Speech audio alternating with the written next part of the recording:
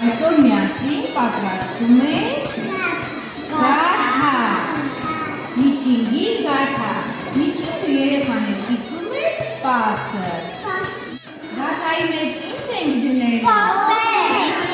ինչ ենք կոպեկը դնել գաթայի մեջ, որ վերջում կիսենք, բաժանենք ումը գաթան ընկնի, ինչ կլինի այդ տարի,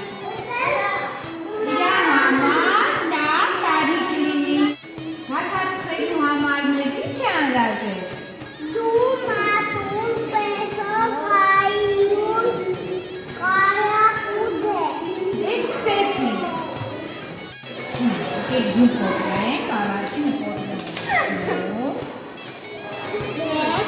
մեկ